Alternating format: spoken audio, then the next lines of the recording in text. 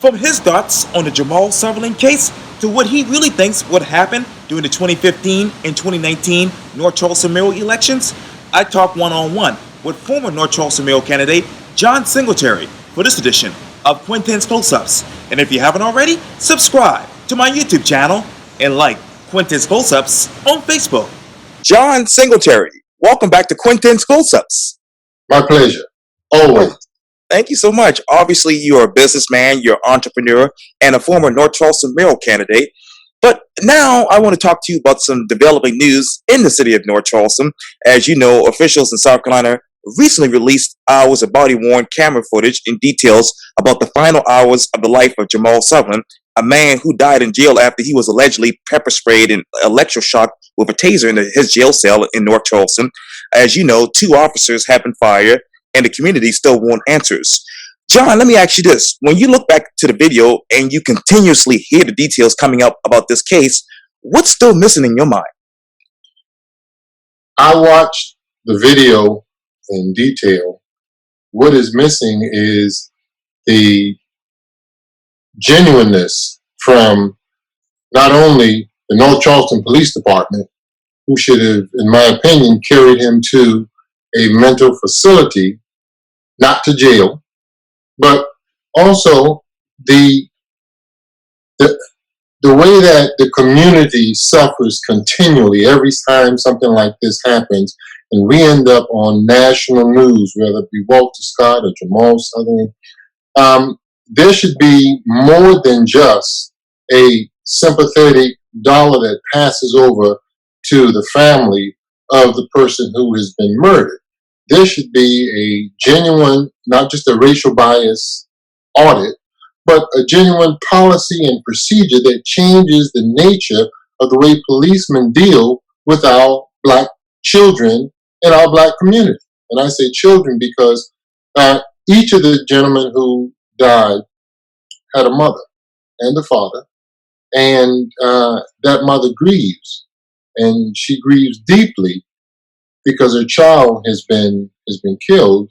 And in this case, it's extremely disturbing because there was the continual tasing of the young man. There's the missing there, not only the training, but the sympathetic ear of the policeman, that if you are in the position that you can defend someone to the point of death, if you see that their life is threatened, what more should you do when you're standing there next to someone who is being abused and dying?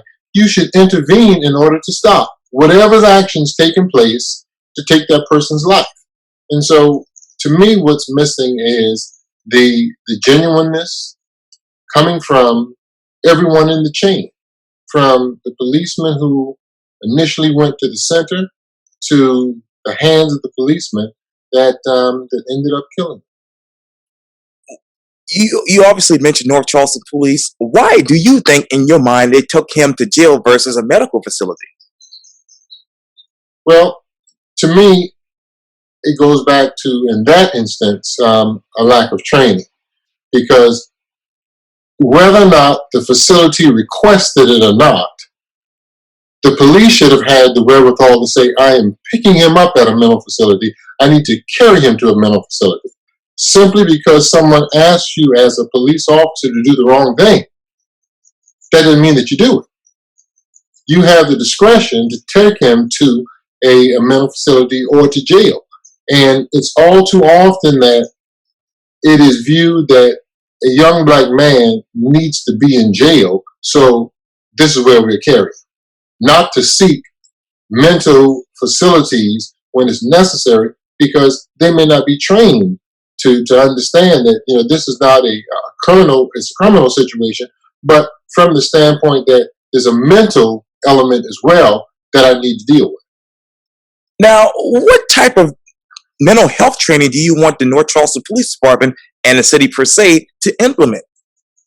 Well, I would take a mental health individual like Stephanie Ganaway Paisley, who could design a program, or someone else who could well trained to be able to design a program so that Every police officer coming in at a bare minimum would know that how to recognize, even though they may not be the person to treat the mental health situation, they would be able to recognize at a bare minimum when a mental element is a mental health element is being dealt with, and then at least call for proper assistance. What other mental health elements should they be aware of when it comes to law enforcement? Well, if, say, for instance, you go to a mental health facility, um, first thing you need to be aware of that you wouldn't be at a mental health facility if, in fact, there wasn't something wrong. So the first thing that you do is not send the person to jail. And some things we learn as we go. As a result of this mistake, hopefully, it'll never happen that they will go directly to jail. That they would first be sent to a mental health facility. In this case, them getting him to go to a bond hearing, knowing that he came from a mental health facility, he could simply say that to the judge, well, Your Honor, we got this gentleman from a mental health facility. He's not cooperating in terms of coming out. Can we reset the bond hearing? Even if he gave him the maximum bond, still the young man would be alive. Why should they require individuals to go to a bond hearing? Can they just reject it? For the bond hearing, they're entitled to a bond hearing unless they are in a situation where it's a life imprisonment. Then, other than that, you're entitled to a bond hearing. And so, in this case, because he was a mental patient, he might not have had the wherewithal. But certainly, they could have contacted the parents. And in this case, I don't think the parent was even contacted until after the young man had been deceased. And so, for the bond hearing, whether an individual would choose to reject it or not, he's still entitled to it. And so that's why I think the judge wanted to give a bond hearing. But he could certainly have postponed it. And I know, obviously, Sutherland was 31 at the time when he was arrested on January 4th after a large-scale fight broke out at a psychiatric facility where he was receiving mental health treatment, according to a statement from North Charleston Mayor Keith Summy. Summy also went on to say that the city police department did its job delivering Sutherland safely from the facility to the jail. Do you agree? I agree that he was delivered safely to the jail. I disagree that he should have gone to jail. Never should have gone to jail. He should have gone to a mental health facility like at the medical university. And so the statement's a misnomer that, he was delivered safely to the jail, but he should not have been going to the jail. They should have ascertained that he needed to go to the mental health facility. And, that's, again, a part of the issue is that rather than simply admit that he should have gone to the mental health facility, they now try to push off all responsibility to say that it's out of my hands. I did everything I was supposed to. When you did, you could have carried him to the proper location. And what is your issue with palmetto? With palmetto, that they should have requested that he would have gone to a mental health facility, and if staff permits, they should have sent someone with him to ensure that in between there and him being admitted to the mental health facility, that he was safe. That would be my issue with them. And is it generally protocol for them to send a staff member with a patient? I really don't know what their protocol is. I'm just made the statement because if I've got someone who they're irate enough that I've got to send them to call the police on them, and knowing what the history of North Charleston's interaction is with young black men, I would certainly want to send a staff member, if possible, with them to ensure that they got safely to the proper place that they were supposed to. Not to jail, but to the proper place. And what are the interactions with the North Charleston Police Department and African Americans these days? It's the very same. Historically, it has been strained at best, and we see from the everything from the Walter Scott to any other incident that has happened with North Charleston and young black men that they have continuously been abused over and over and over again. And it's not necessary. Even when we take a look at Asbury Wilder, unnecessary. And so we can go through the litany and history of their interaction, the racial bias audit. When we take a look at the police department, they're doing one, but we only need to go as far as the number of people on the police department, around 400 something, and we've got a city that's 50% African American with less than 15-20% African American policemen. That's an issue. Then, when you talk about that audit, how objective can CNA be when the company is overwhelmingly Caucasian? In my opinion, they can be. In my opinion, when you've got a company from top down, if you go and take a look at their executive team, it is predominantly non-African American, predominantly white. You come into a city where you've got a historical abusive administration that is predominantly white, and you just recently hire a black police chief in order to shelter yourself with racial bias audits or to reach out to the community to get black votes, then what happens is there's not going to be a crystal clear, genuine effort to show what is really happening in the police force. For instance, just recently, they even promoted someone after they suspended them, okay? Right before the racial bias audit. Why? Because we need to take a look and look good when the audit comes so that no one will say that we're not promoting blacks. But it's just simply not happening. And it hasn't happened whether it's been a white police chief or a black police chief. And right now, our black police chief reports to a white female who has no background in law enforcement at all, Julie Elmore. Well, Now, I know that well, to be fair, in the interview that I did with the mayor earlier this year, he says that Chief Burgess reports to him and him only. yeah, I know he said that, we can say anything.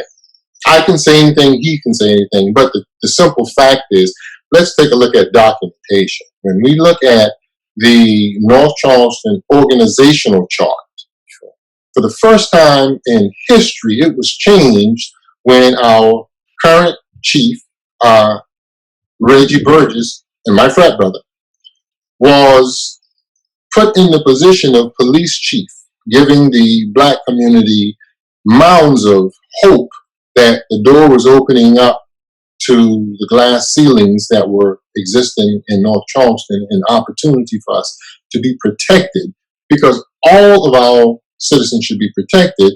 For the first time in history, the mayor changed the organizational chart.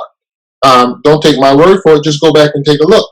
It moved from the police chief reporting to a special assistant who was the former police chief, Driggers. So he simply created a position for Driggers.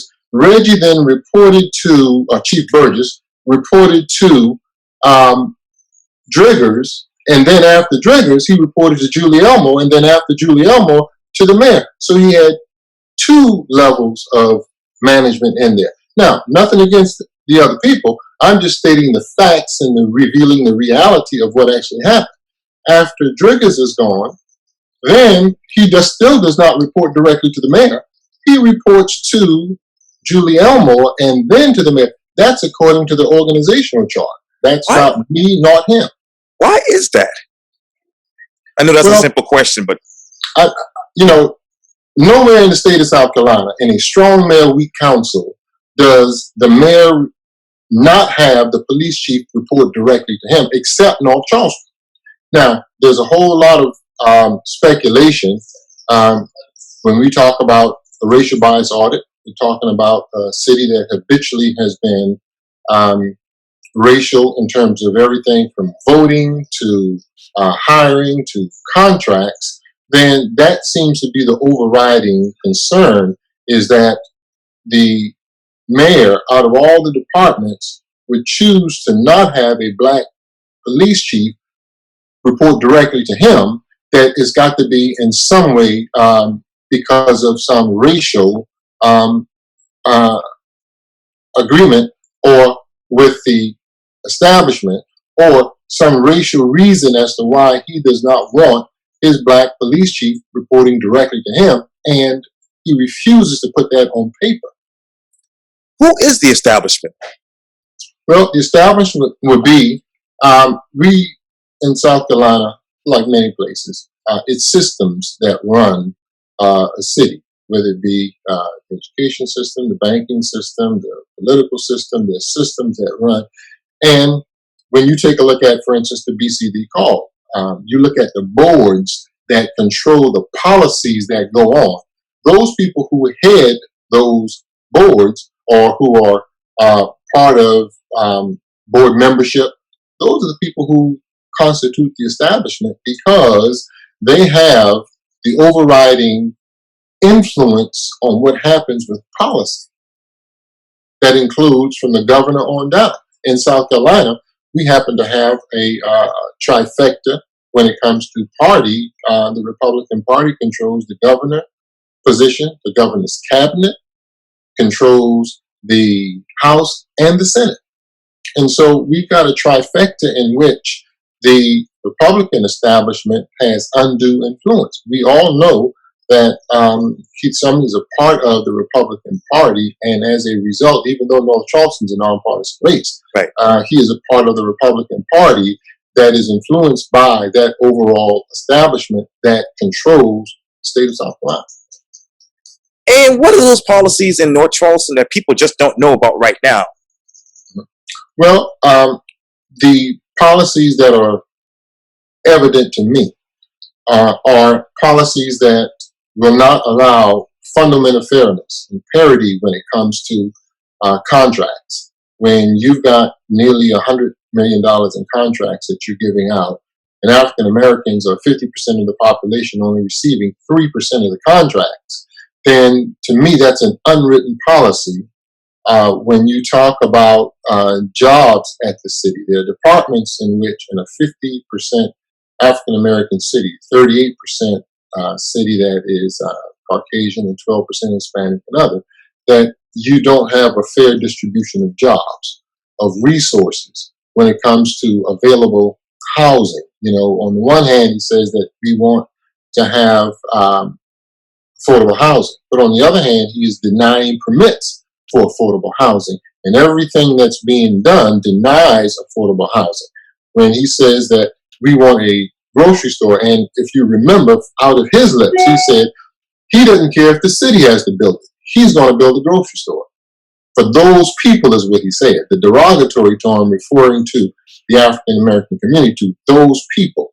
Still no grocery store.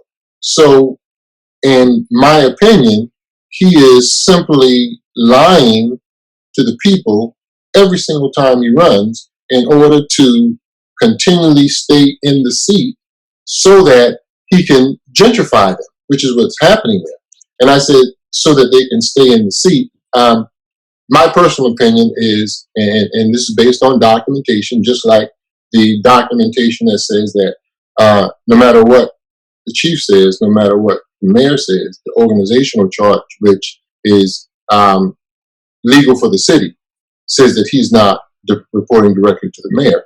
My documentation and the protest documentation says that Summey's not winning elections. Summey is staying in power for 30 plus years by cheating.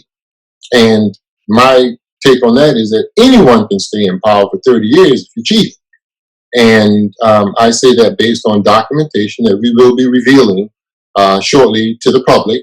I put some on my Facebook page. You know, we've had at least 5 judges that have been recused from the appeal from the protest because they have had a direct connection with the mayor, and they have been trying to, under the cover, get them to dismiss the case. In fact, one dismissed the case improperly.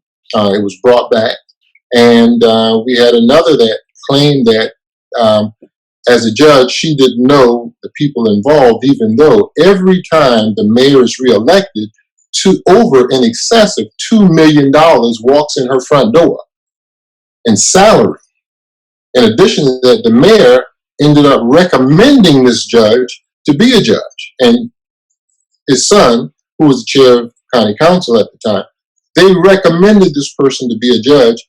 And with all of that, I had to literally put in a motion to have that judge recuse herself from the case.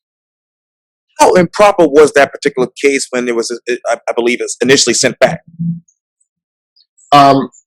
In terms of the improperness of her being on the case, there's a canon of ethics that judges have. And like I said, we've had at least 5 of them on this case that says that they should automatically recuse themselves. And so what I do is I ask them, to automatically recuse themselves. If they don't, then I put in a formal written motion so that in the event that they choose not to during a hearing, then what happens is they have to deal with the motion on the table in front of the court that says that you should be recused. And then I put in not only the reason why, but I also put in evidence, documentation to prove what I'm saying.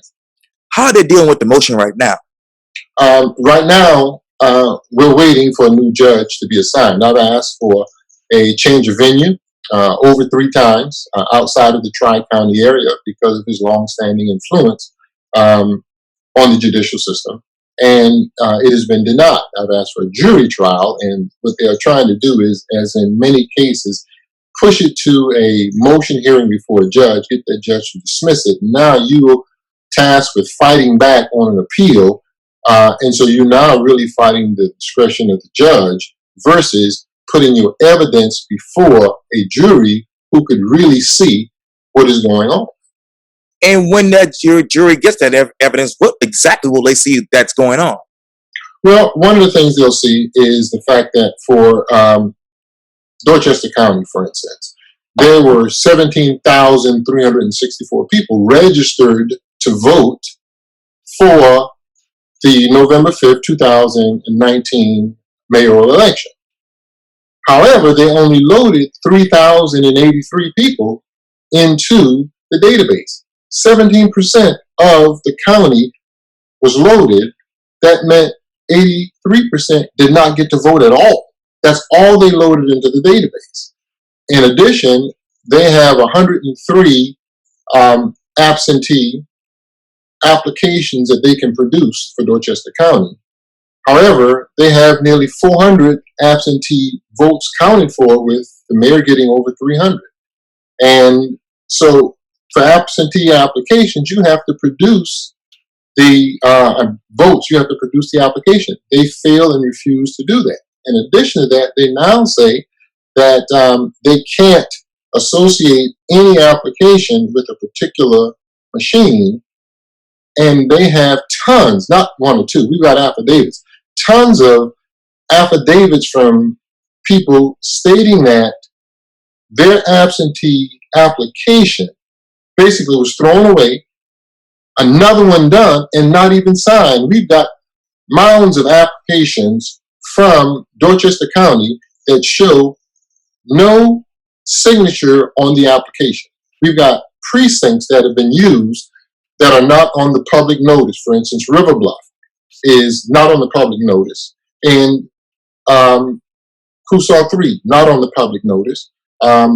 When you don't have a precinct on the public notice, then you cannot. It invalidates the votes, so you cannot count those votes. And even beyond that, we have instances of where you have for many of the precincts that are in Dorchester County, where the tapes are not adding up. And for instance, Patriots. And Patriots, they say that there's a total of 143 people that voted. 133 people that voted. There were only 5 votes assigned. 1 for Dixon, 2 for Summy, 2 for me. What happened to the other 128 votes? The clear report says that these people voted. In addition to that, we've got 2 official certified results for every precinct in Dorchester County. How do you get 2 results for the same election and the results are not the same? I can go on and on and on about specific incidents and evidence that if put before any jury, they would say, listen, this just simply cannot be. There's no way. What were those applications 4 years ago prior to 2015 in Dorchester County? What about the applications? Yeah, you were talking about the applications. Mm-hmm.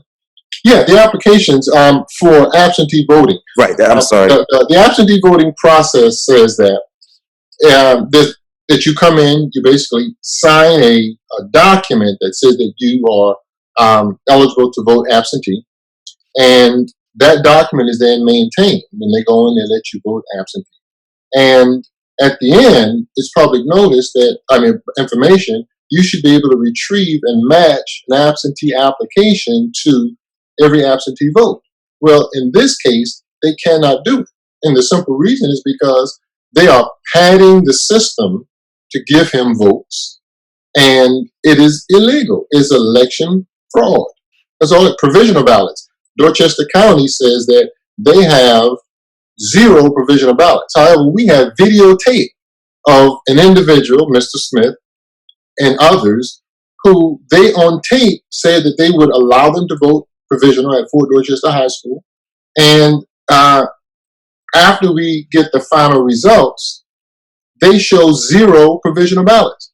On the flip side, Charleston County says that they have 3 provisional ballots. Provisional ballot requires you to fill out an application to vote provisional ballot. I requested it. They cannot produce it.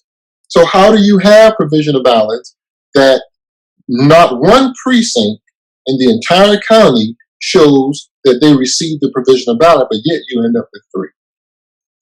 Did the votes match the signatures in 2019? No. They do not. In fact, we have several precincts. Another point of evidence is that we've got Fort Dorchester High School, for instance. They're claiming that, like River Bluff, more people voted than eligible to vote. You can't have over 100% voter participation. That's what went all the way back to the Compromise of 1877 and the fact that, we got martial law moved out of South Carolina. So it's something that's been going on for quite some time.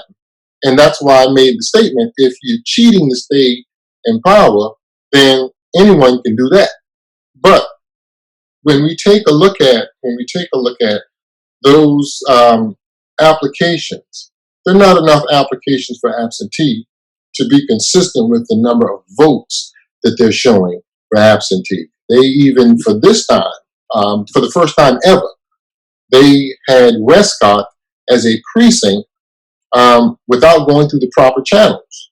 That has to be voted on through the county, as well as you have to have the local delegation get involved, not just a conversation, but voting. But when they take Brady Hare, and they take Ed Barfield, and they take Councilman Brinson, administrator from North Charleston, and Todd Billman, the director for Dorchester County, and these names are according to him. He was the one who gave me these names and said that he sat down with them in order to come up with Westcott as a precinct that they did not put in the public notice. Now, there are a whole lot of other things that are just unscrupulous that we've heard dealing with the voting process and that Westcott precinct. But the fact is that that precinct, no vote should count, and there are claiming that considerable votes came out of that for the absentee process. What machine did they use in 2015, and what machine did they use in 2019? I requested the serial numbers for every single machine used in the election. Of course, you know, in terms of the machine itself, they went over to the Ivotronics Excel machine from ES&S. Josh Dickert says that he's the tech person for the county. He says that ES&S and SEC, the South Carolina Election Commission, got together, and for the first time ever in history, what they did was they actually put the listing, it's called the EVRL list, they actually put the names into that list so that the verification process would only include what they put on the laptops. And there were only 3,083 people on those laptops, not the 17,364. And there are some, I've got five different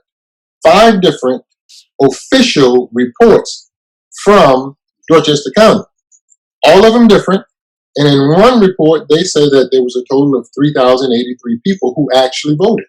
Well, if that's all you have loaded and that's all who voted, that says that you had 100% participation in Dorchester County. Every person who was eligible actually voted. We know that that's not possible. Did you get the names and lists for 2019? I do. I have for 2019, for 2015, all of that. I have every single person that they claim voting. Well, what they have in terms of the 2019 election does not match up with what the SEC says. In fact, we have people that voted all the way to the end of November in that election. We have, when I say a lot, we have, you know, over 8,000 people that they're saying for Dorchester County, they can't even tell when they voted, the last time they voted. And so how can you not tell when someone voted last? And yet some of those people you're claiming voted in 2019. That's crazy. We have situations where we can show that on the exhibit that they submitted a exhibit C for the protest. And on that protest, they show, in some instances, more people signing in than eligible. They show more precincts with over 100% voter participation. They show the precincts in which they have absolutely, precincts where they have absolutely no earthly representation of the number of people they say that voted that match the machines. We show in some instances where the same tape includes Harleyville and includes North Charleston. We have instances where he gets the overwhelming majority of the vote, 70, 69, 70% or more, because they handpicked the 3,083 people. They handpicked those people. We can prove that the equation that's been used in order to calculate from the tabulators the number for that precinct, that equation had to be altered and a static number put in. What that means is that no one's vote in North Charleston County. It really doesn't matter whether you white, black, Hispanic, Asian, your vote did not count because they bypassed those tabulators, put in a hardwired number, and so the hardwired number completely eviscerates all of the votes that went in. And how do we know that? We know that because they printed the final result. According to Todd Billman, the director of Dorchester County, they printed the final result over 11 hours before the race was over with. How do we know that? He states in his testimony, right, under oath, that he printed the Exhibit C as a result of the conversation and the call that he got from Fort Dorchester High School, which happened to be Mr. Smith, because I videoed the whole thing. So we've got that on video, and the time, but that he printed that report that he called a simple audit report, a simple audit report as a result of that phone call, and then he submitted that into evidence. Right. Here's the big question. How in the world can you end up printing the final result for the election before the election is over with? That's 11 hours, over 11 hours before the election. The polls don't close until 7 o'clock. And so how do you print that early in the morning? The incident happened around 8:15. So how do you reprint that exhibit he has all of the final numbers for the race? How do you print that early unless it's been predetermined? And if you notice, that exhibit that he did, it doesn't appear to be a normal ES&S report, because it does not have on the bottom all of the decals that a report would have. What was the hardware wire number? Excuse me. The what now? What was the hard wire number? Well, the numbers that they hardwired in was for Dorchester County, the numbers that we had for Keith Summy, and the numbers that we had for myself, Dixon. They hardwired in 1,286 votes for Dixon. They hardwired 270 votes in for Daughter. They hardwired 854 votes in for Ashley Peel. 4,056 votes in for me, and 5,614 votes in for Keith Summy. They hardwired those numbers in, and so it didn't matter what the tabulators would calculate.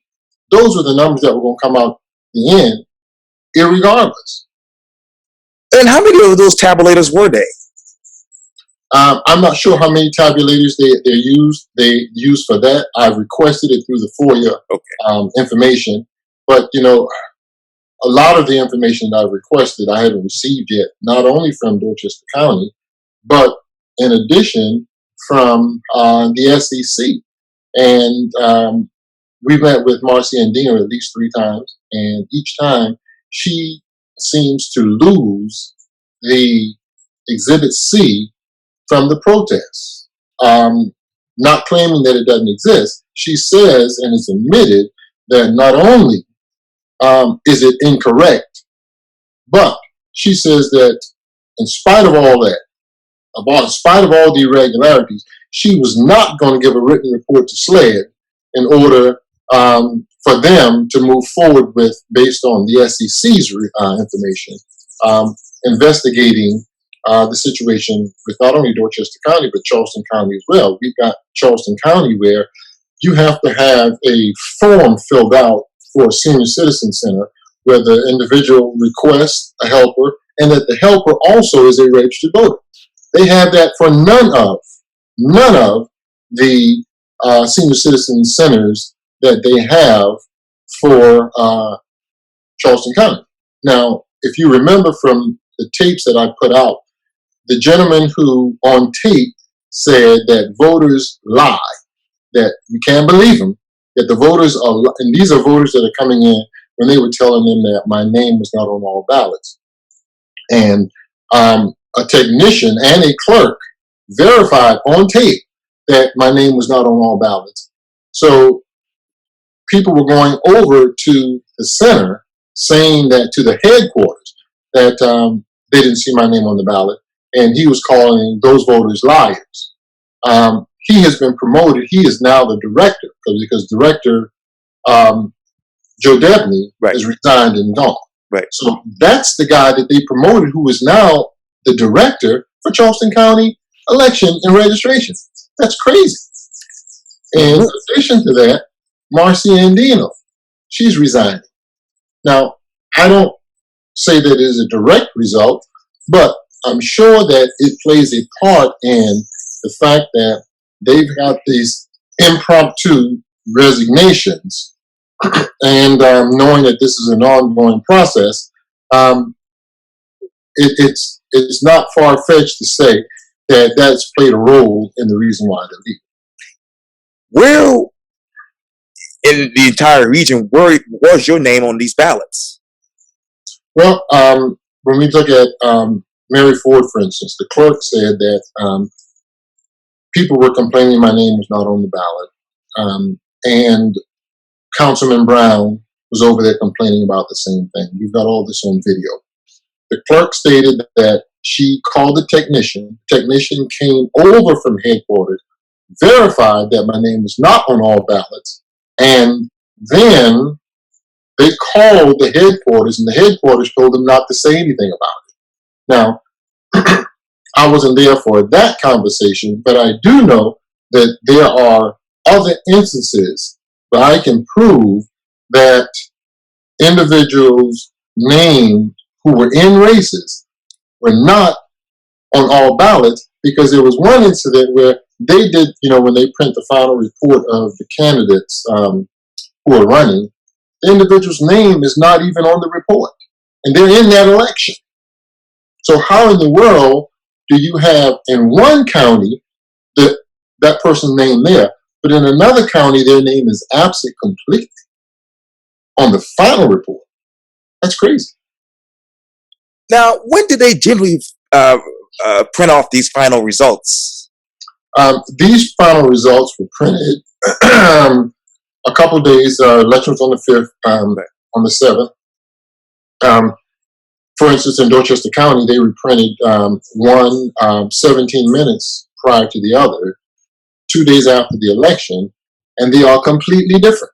How do you have a report for an election that you print 2 days after the election's over with, all the provisional ballots, all that's counted and put in, and these reports are differing by leaps and bounds? 2 reports for every single precinct. An election should be free and fair and represent the will of the people. It should not be a smorgasbord where you go in like a Duff's or Town and Country, and what you do is you pick which winner you want from the menu. That's not how our elections are supposed to work. The fact that you've got 2 to start with says that there's a problem, because there should only be 1. Imagine going into a class to take a test and the professor says, he has already assigned the grades. Well, you haven't even done the work yet, but the grades have been assigned. You go through, you average your grades, you come up with an A. He says to you, well, listen, I calculated you got a D and an F. Because I'm such a good-hearted professor, you work so hard, I'm going to give you the D. At least it's passing, but it's low passing. You're not failing. So do you sit down and accept that, or do you fight for the A that you receive from your historical hard work? That is where the North Charleston community is. That is particularly where the Black community is in North Charleston. The Black community, in historical proportions, put up nearly 8,000 votes. We used to be outvoted 2 to 1. There was only 2,000 blacks voting and 4,000 whites voting, and probably 100, 150 of other races. Now you have almost 8,000 blacks, still only 4,000 whites.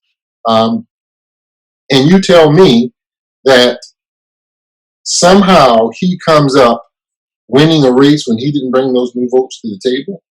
Absolutely not. We've only got 2 major cities in this Southeast, Columbus and North Charleston, with over 100,000 people that's never had a black mayor. But we see now, based on documentation, the reason is not because, and we need to make it clear to the Black community, that they did in historical proportions what has never been done. They got out and they voted. I had white votes and black votes. So I want to make it clear that as a candidate for mayor, I value votes from all races. But in looking at what the African American community did, that historically they quadrupled the number of votes that they had, and the only way for him to have stayed in power was to cheat. Not because all blacks vote for me and whites would vote for him. That's not the issue at all. The issue is the documentation, the evidence, the reports show that there was election fraud to favor him as a candidate by adding votes onto him, what he would have received, as well as removing votes from others. And that is election fraud, no matter which way you look at it. Where allegedly did they also remove votes from? Well, let's take a look at, talk about Patriots. Patriot has 98% African American in there. We said 133 in one report, because there are two reports. One report says 133 people voted, but yet when you look at the information, clearly on the report, it only shows 5. What happened to the other 128 people that we know happened to be African American? Their vote just simply was not counted. So they're removing those votes, which is illegal. It's election fraud. Incidentally, a place like Union Heights that's being gentrified under the current mayor administration had in 2,500 active voters. If you check today, because he, in my opinion, he used to get 80% of those votes. That stopped in 2015. Now, in 2019, he only gets 20% of the votes. I get over 80% of the votes out of that predominantly African American community. And today, there's 400 people that could vote in Union Heights. What they simply did was, through some legal and illegal processes, they removed 2,100 people out of that community. That decreases their voting strength tremendously. And so we find that areas that have been targeted are areas in which he has lost in a big way in terms of putting those individuals on the inactive voter list. See, no longer does it matter if you are a voter in South Carolina, you have to be an active voter. So they have 2 databases, an active and an inactive. And so if they removed you from the active database and put you in an inactive, while they say you are still a voter, you're a voter who can't vote and your vote doesn't count. Well, let me ask you this, John. How many people from Union Heights are actually still on that inactive list today? Today, over 2,000. Over 2,000. And what was that in 2015?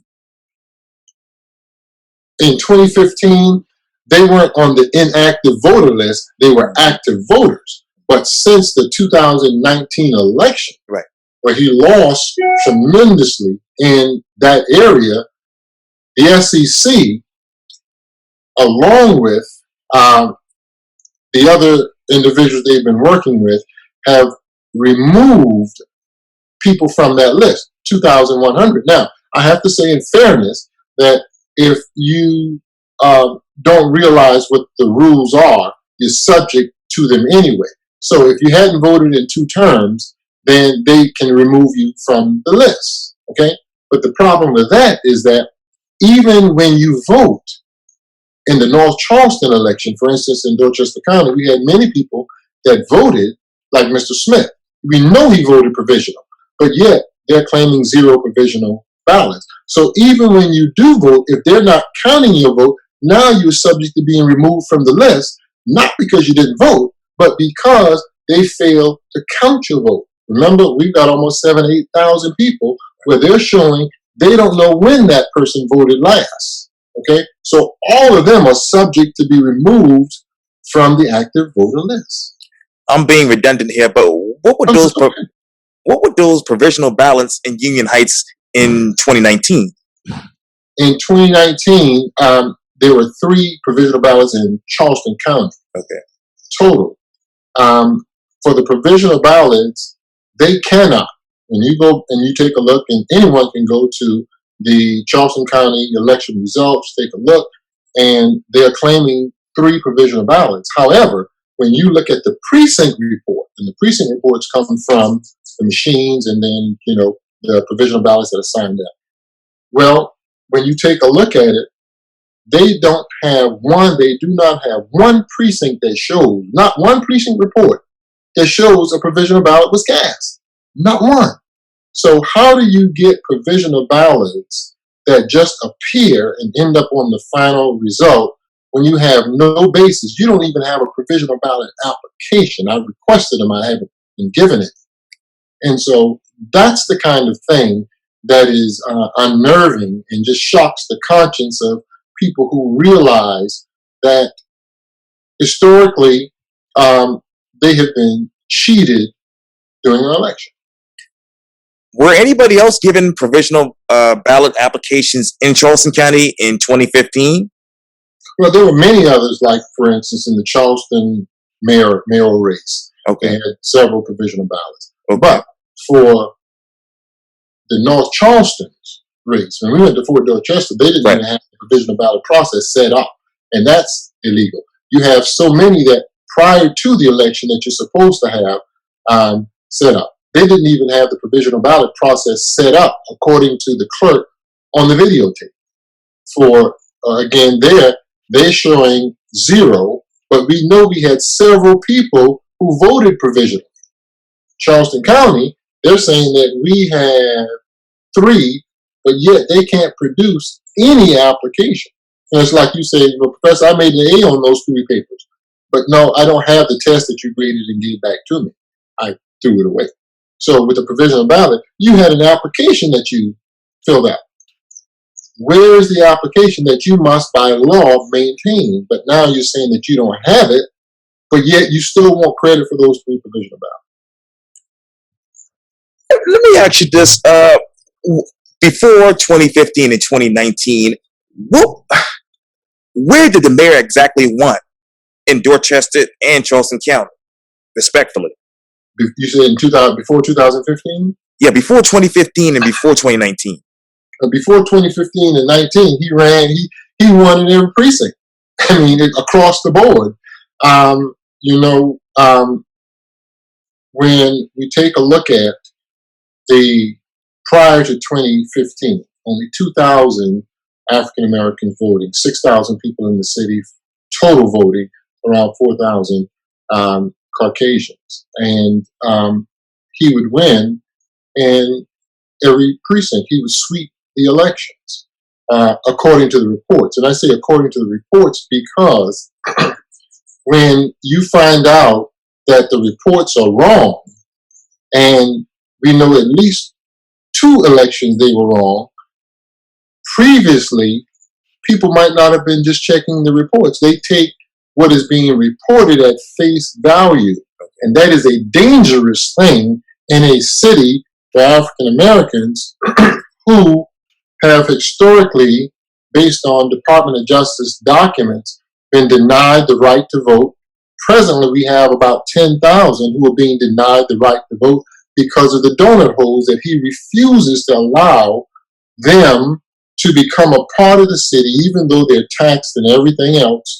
They receive city services. They're not allowed to vote. That's municipal underbound. Where exactly are these other donut holes? We have, for instance, donut holes, the hub. There's some people in Dorchester, Wayland who can't vote. Because, see, previously what happened is the city went and cherry-picked the people that they wanted, left out the African-American community.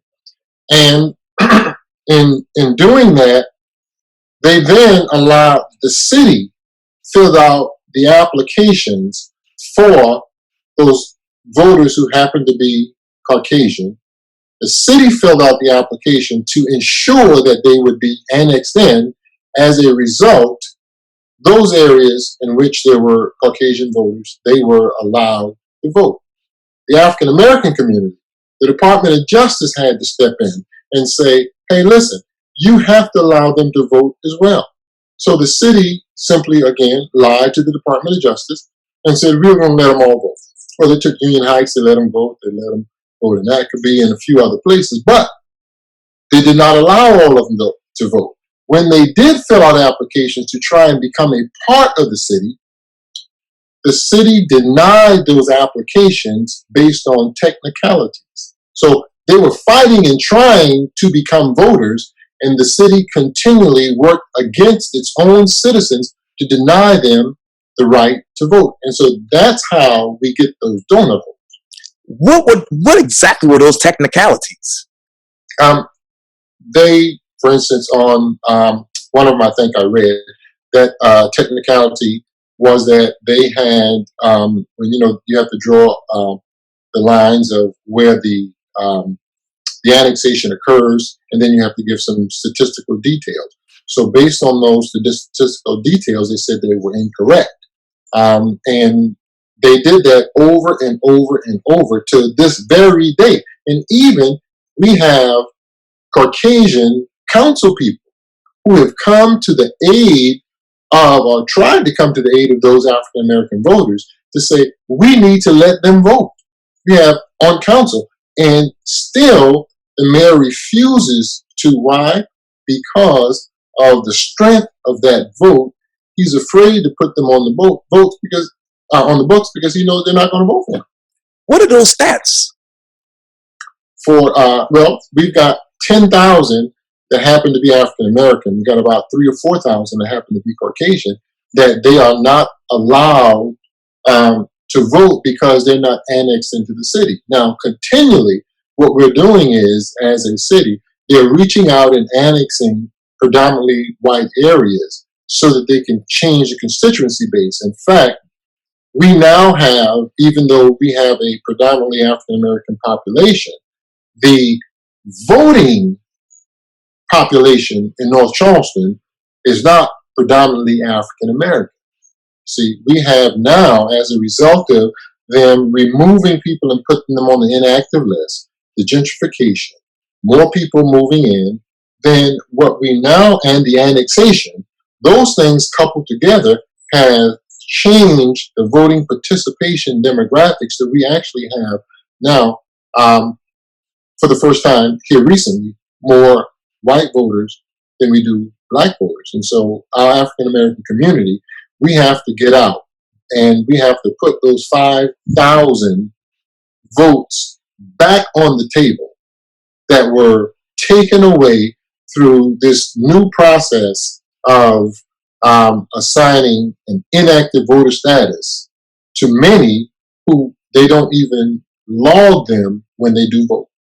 Now, what is that constituency base? The constituency base for North Charleston, again, was 50% African American. It was 38% Caucasian, 12% Hispanic. Even if we take a look at the last census, right. They do a couple funny things with the census, but at the end of the day, it's still about the same thing. It's the voter participation of active voters that's changing, and the demographics there is that the city is now about 51% based on that Caucasian voters. If we put those votes back on the table of the blacks who were removed, it would change it again to where it's about 50, 55, 56% African American voters. But even with being outnumbered, because we vote at a higher rate of participation, we're still almost outvoting 2-1 the next closest race. Now, last question, unfortunately, because the rain's coming down, but that voter participation demographics, what would that look like in 5 years?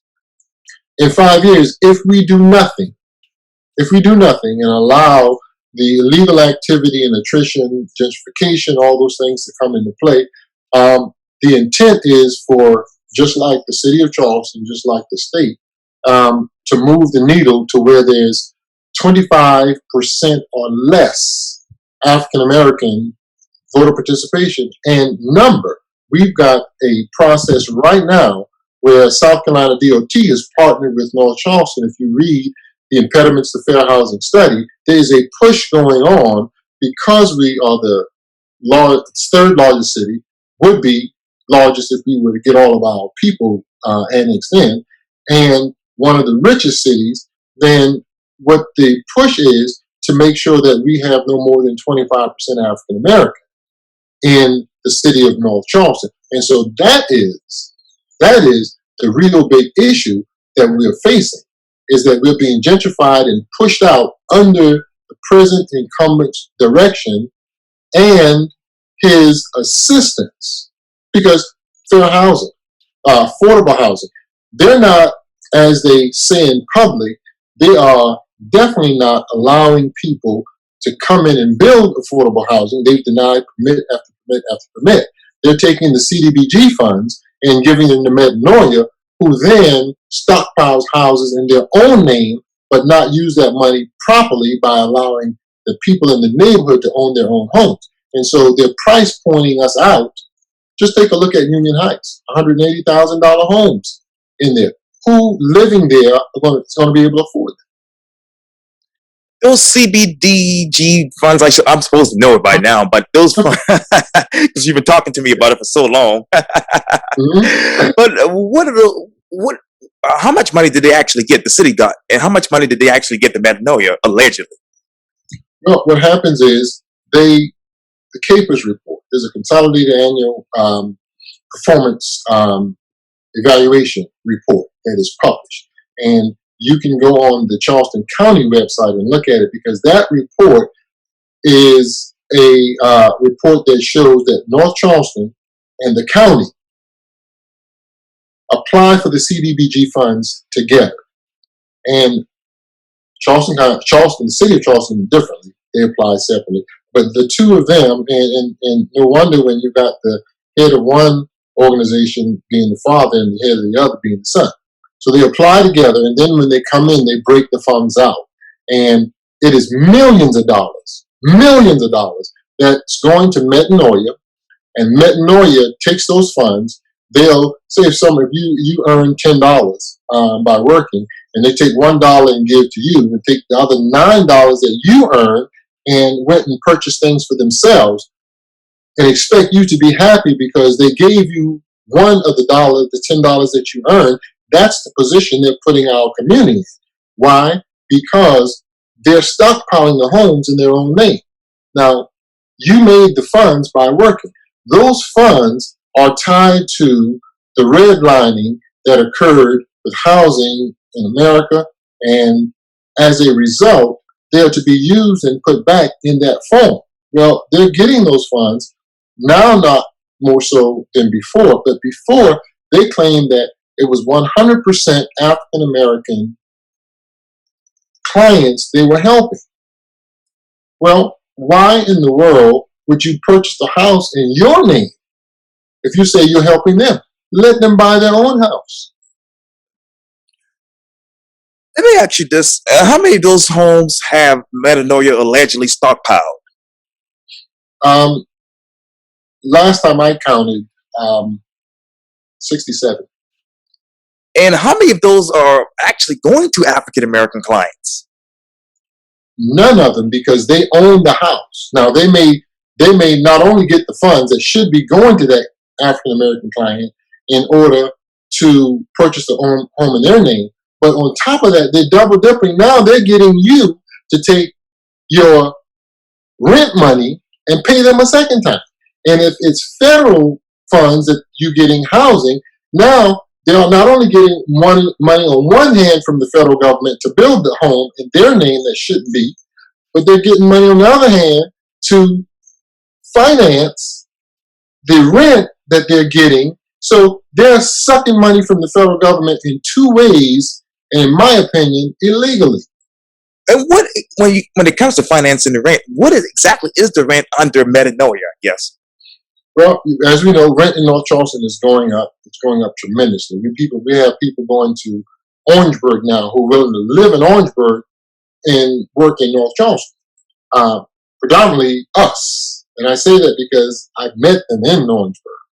And it's all because the housing market, North Charleston, if we look back, North Charleston was one of the cheapest places to live. So Mount Pleasant and the city of Charleston, Somerville.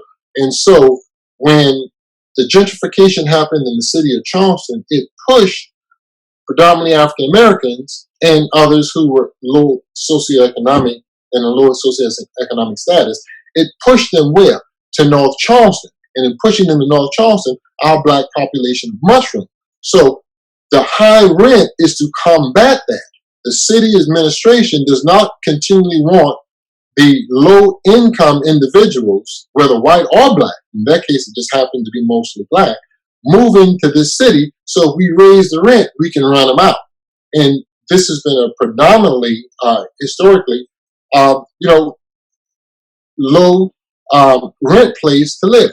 That's changing. We have houses now in Dorchester, Wayland, that a year ago you could have bought for $35,000. Fix it up. Those houses are now costing $200 and something thousand. $200 and something $1,000. And they're selling Cambridge, Sorrentry, all those Ranger Drive. Right. $200,000 to $300,000 we have these houses. And what that's going to do is increase the rent. It's going to literally run those people out. Union Heights, they're increasing it. And everybody wants to maintain value in the community.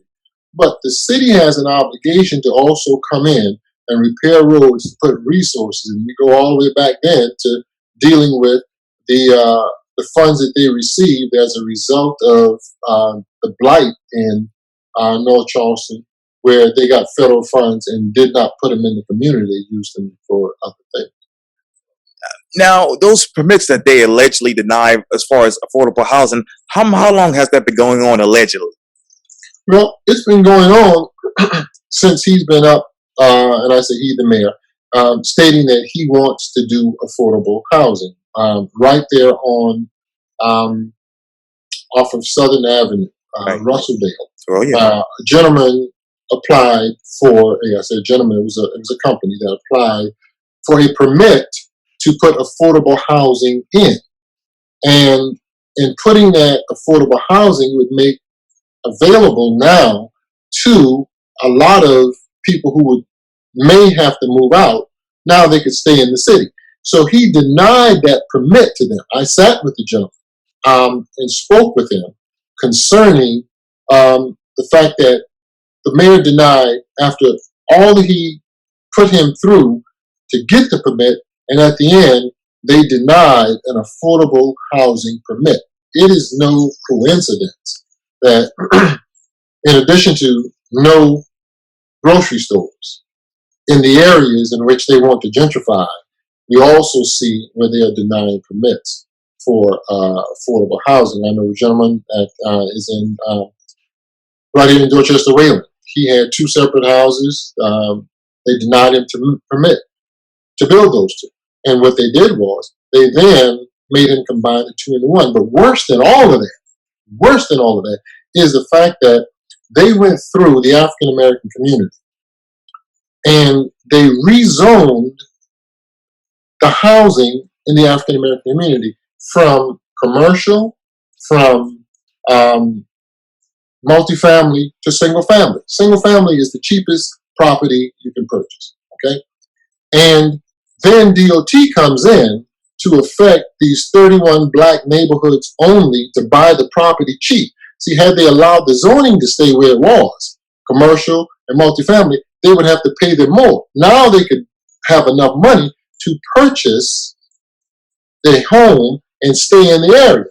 But when you force them to a single family, in DOT now with a $2 billion budget, spending $1 billion in North Charleston, they don't love us that much. Let me just say that. When they've got around the state, people dying from bad roads, they spend half their budget here. But they then come in and offer them this ridiculously low price for their property, knowing that they can't purchase now because everything is going up. They have to actually move out in order to live. And so that was an awful thing that they did. And the fact is that it takes nearly $2 billion in equity out of the African American community that would have gone in some African American pocket. And I'm concentrating and saying this simply because I think that if people know it, then they will see the city in a different light in terms of the resources they could get and should get out of it. Any mayor should want, if money's being spent, it to go to their residents, no matter what their color, black, white, or any. But we find that the mayor had property in those areas. He didn't rezone his property. He kept his as commercial. Why? When DOT comes in and pays, has to pay him top dollar. But his next door neighbor, who happened to be African American, he won't get top dollar. He'll get the lowball single family status for that property. And so these are some of the things that when you take a look, you open the hood and you look up under it, you see that it is no fundamental fairness when it comes to the constituencies and the people that live, that are residents in North Charleston. And that's the sad thing, is that we keep continually getting told the same untruth over and over and over and over. And when you have someone that cheats to stay in power and prevaricates constantly to its citizens, there's no way that community should continually trust that individual. John Singletary, thank you so much for your time. And again, welcome back to Quintin's Close-Ups. Thank you, Quintin. Look forward to doing it again. Yes, sir. I'll be here. Okay.